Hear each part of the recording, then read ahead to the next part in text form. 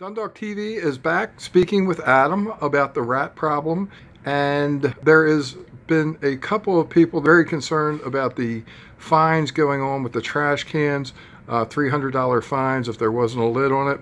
And some of the people had said that kids were tossing the lids and then they got a fine, and also they thought that somebody had kind of like picked the lid up and tried to put some trash in there and didn't put it all the way down. So that's what I've been told, and just wanted to get your take on that, Adam.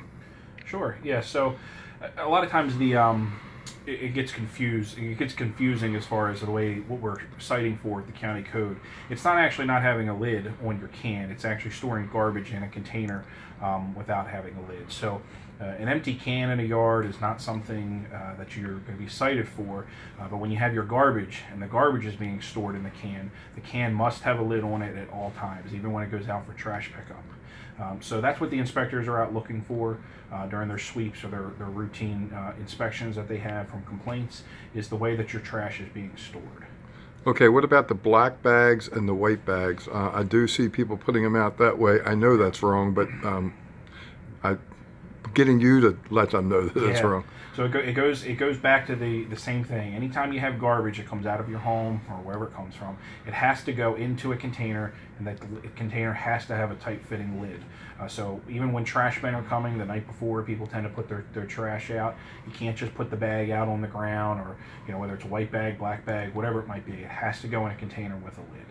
Okay, so the fine that I heard for the not having the trash and a lid on the way it should be was $300 for a can. So what is the fine per bag? It's the same thing. So the county code gives it actually can go up to $500 per violation. But what you're getting cited for is the improper storage of trash. So whether it's 1 bag or 10 bags, it's still, the trash is not being properly stored in a container with a lid, and that's when the fine is issued.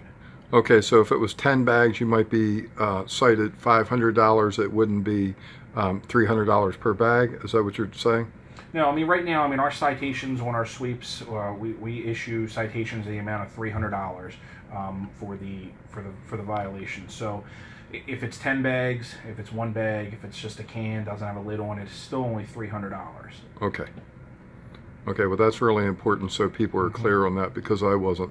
Someone had taken cans and put them in my yard, so they didn't have a lid on it, but you had just said, and you had told me before, that if it doesn't have trash in it, then you won't be fined. But someone could come along and drop a bag of trash in there. Somebody could come along in a truck and say, oh, I'm just going to drop this can right here, or even take bags out. So you really have to monitor what's going on in your community. And if you see somebody doing that, you want to call code enforcement, let them know that there's a problem going on so they're aware of it. So yeah, and anytime that if somebody's dumping on your property, whether it's a bag or sometimes it can be a mattress or whatever it might be. Obviously you want to call the police about that. It's an illegal dumping situation.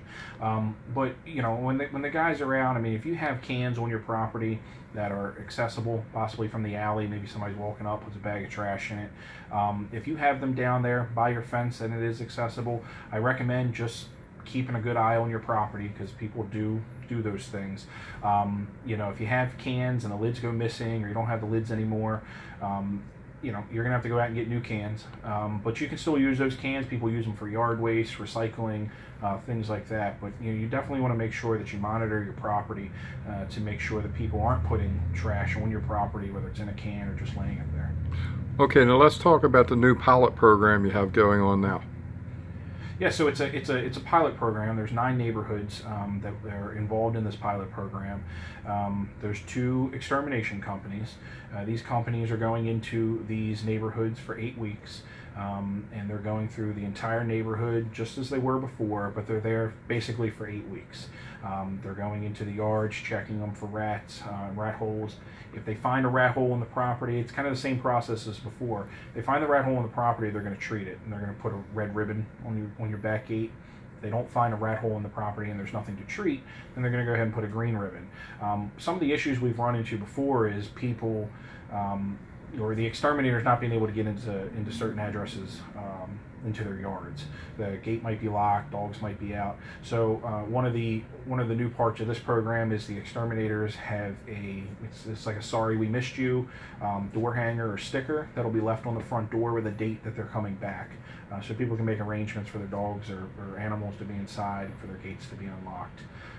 They're using a lot of the same process, but they're also using bait boxes during this time, so they may find rat activity under a shed and can't necessarily exterminate it, but they will use bait boxes. And during the course of these 8 weeks, they'll be going back to these properties to check the bait boxes, empty and refill them, whatever needs to be whatever needs to be done. Okay, so just to go over some of the stuff you had said about the fence being locked, that was a big thing that we talked about last time. But also, if you found an area that they missed, to make a phone call and contact code enforcement, let them know that that you feel that the homeowner feels that they had missed a spot because there's still rat activity. So just pick up the phone and make that call. Yeah, just pick up the phone, give us a call. You know, I mean, they're human. I mean, they go in the backyards and they are professionals. They know where to look for, you know, look for the rats. But nobody knows your yard better than you do. So if you go and you come home and you see a green ribbon tied on your back fence, that means that the exterminator was there and didn't find anything to treat. But let's say you know that you have a rat hole, you know, by the air conditioner or behind the shed or whatnot. Then just go ahead. You can give us a call here, and we'll take your name and phone number and address and forward it to the exterminator. That way we can get them back over there to treat it for you. Okay, and we talked prior to starting the video about the high grass issue. Yeah, so high grass is another big thing that code enforcement deals with. Well over several thousand cases a year with high grass, and this can be on an owner-occupied property, it can be on a rented property or a vacant property. You have to. Your grass can't be more than 12 inches. So once it's 12 inches, our inspectors go out. Once we get the complaint, we go out there, they issue a correction notice, and then you have a certain amount of time to correct it. If it's not corrected, the county goes out with a county contractor and corrects it at your expense. That expense is put onto your tax bill. You know, the problem with tall grass in a lot of these neighborhoods, specifically the ones that we're talking about with the rats, is that it becomes a kind of like a safe haven for rats. So rats will hide in there, they'll make their home. When they make their home, they reproduce. So you want to make sure that you keep your grass cut. And if you have a neighbor or property in your community that they're not keeping the grass cut, again, regardless of whether it's occupied or not, you can just file a complaint with our department, and we'll have an inspector go out there and take a look. Okay, now what about people that are feeding the birds and the squirrels? What kind of recommendations do you have for them? It depends. I mean, if you have a rat issue in your community, I would recommend not feeding the birds and the squirrels. It's a nice thing to do, feed birds and squirrels and the wildlife. Unfortunately, the wildlife isn't the only one that's eating it. It attracts the rats in your community, so it's not necessarily illegal to feed the birds and the squirrels, but it is illegal to create a food source for rodents. And a lot of times in these communities, if you put out food for stray cats or, you know, like I said, the birds or the squirrels, the rats are coming to eat the leftovers and sometimes come to eat what's there to begin with. So you may want to cease doing so. We do take complaints on people feeding the birds and the squirrels and wild animals. You know, if we go and we find that it's a food source for rodents, you could be issued a notice or a citation for it. And we did ask the question before, and you had answered it on the other video, and that was about people that had disabilities or were seniors, about that if they found a dead rodent on their property, the county is not responsible for that. So, so what is your policy? That's correct. I mean, it's one of those things where we like to find dead rodents because that means that the treatments are working, whether it's done by the county or by yourself. But you know, the flip side is that of course now you have a dead rat on your property. It is your responsibility to pick it up. We recommend putting it into wear rubber gloves, put it into a garbage bag, tie the garbage bag up, and then put it in your container with a lid for the trash pickup. But the county does not come out and pick up dead rats or rodents. Or use a shovel and have a bag that's in a can that's open. Yeah, you could drop it in there and just close it up. So that's another way of doing it. Yep. Do not touch it with your bare hands.